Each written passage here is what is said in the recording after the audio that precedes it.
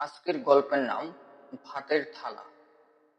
ভালোবাসা কখনো টাকা চায় না, শুধু মনটা চায়।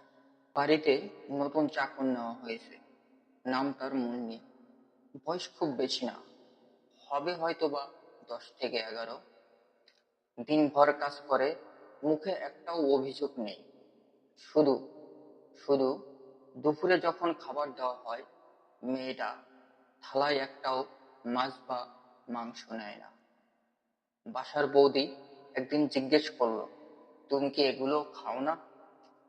মুন্নি একটু হেসে বলল, খাই তো, কিন্তু মা বলতো যদি অন্যের বাড়িতে খেতে হয় থালাটা হালকা রাখবি, তাহলে তারা বলবে ভালো মেয়ের মতো খাচ্ছিস।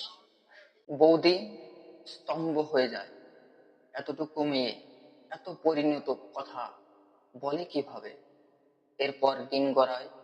একদিন বৌদি মুন্নিকে জোর করে এক বাটিতে ভাত আর 2টা ডিম দেয়। মুন্নির চোখ ভিজে যায়। সে বলে, এই খাবারটা আমি একটু কাগজে মুড়িয়ে নিয়ে যাব।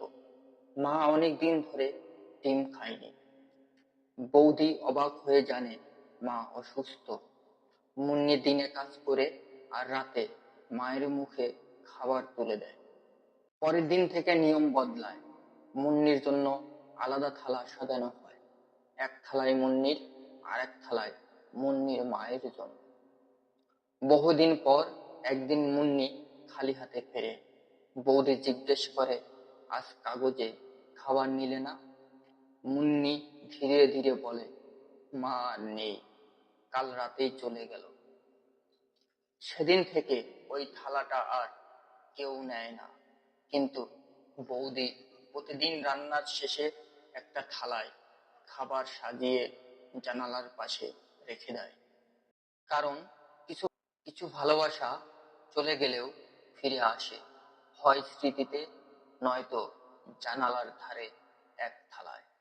তো বন্ধুরা, আপনাদের এই ভিডিওটি বা এই গল্পটি কেমন লাগলো অবশ্যই কমেন্টস করে জানাবেন। ধন্যবাদ।